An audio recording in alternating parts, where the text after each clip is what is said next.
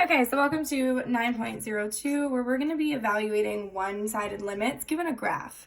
And so make sure that you have this material. I have uploaded this into the Google Docs for you so you can annotate this graph. If you want to try to draw it, that's great. Otherwise, you can take a second to write this down on a piece of paper and make sure that you are looking at these notes for reference.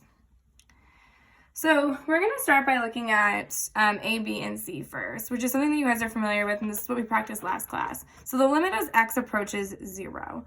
So we see that the limit of f of x as x approaches 0. There's no superscript, so this is from both directions. So we're looking at where x is equal to 0, which is right here. And then so we need to do from the left and from the right. So if I'm coming from the left on my graph, I'm approaching 0 from the left. I can see that this is approaching also 0. So 0 from the left, I can actually answer that question for C. And then if I'm approaching 0 from the right, which is B, so if I'm going to approach 0 from the right, that'd be over here. I can see that I'm approaching 3. And the way we can tell that if the two-sided limit exists is that if the limit from the right matches the limit from the left.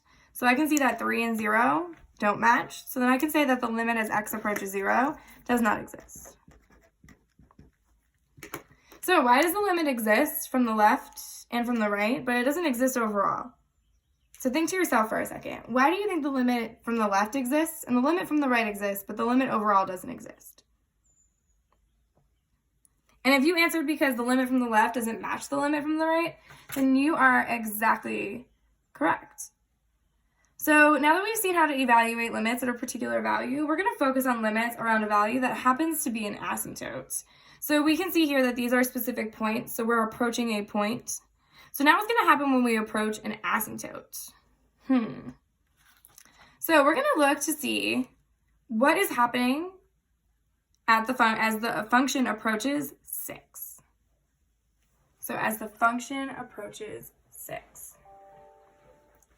So in order to determine if the limit of x equals 6, the limit of f of x as x approaches 6 exists, we need to first determine the limit of f of x as approaches x from the right and x from the left, and 6 from the left. So 6 from the right and 6 from the left.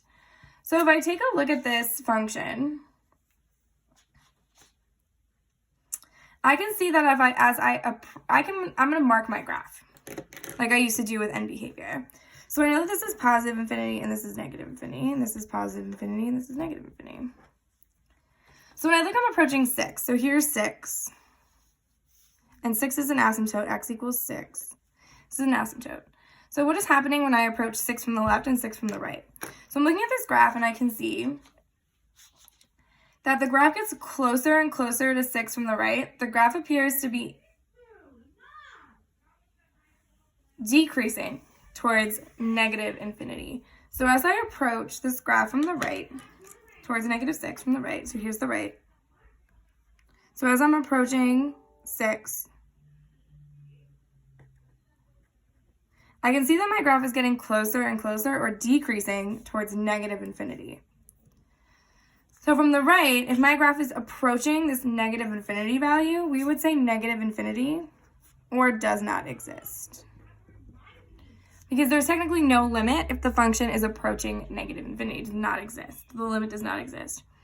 Now, if I look from the left side of my graph, as my graph is approaching 6 from the right side, I can see that it's also decreasing towards negative infinity. So I would also write negative infinity or does not exist. And now we can look here and see that the left side matches the right side. They're both approaching negative infinity. So we can say that it also technically does not exist. But because they're the same, and because usually we keep does not exist for when the right side and the left side don't match, we're going to say that it's negative infinity. But you also might see does not exist, so I'm just going to keep it in parentheses. So because the left side and the right side match, they're both approaching negative infinity from the left and from the right, we can say that the limit of f of x as x approaches 6 is also negative infinity, which technically, since negative infinity is not a actual tangible value, we would say it does not exist. So that's it for your limits as x is approaching an asymptote.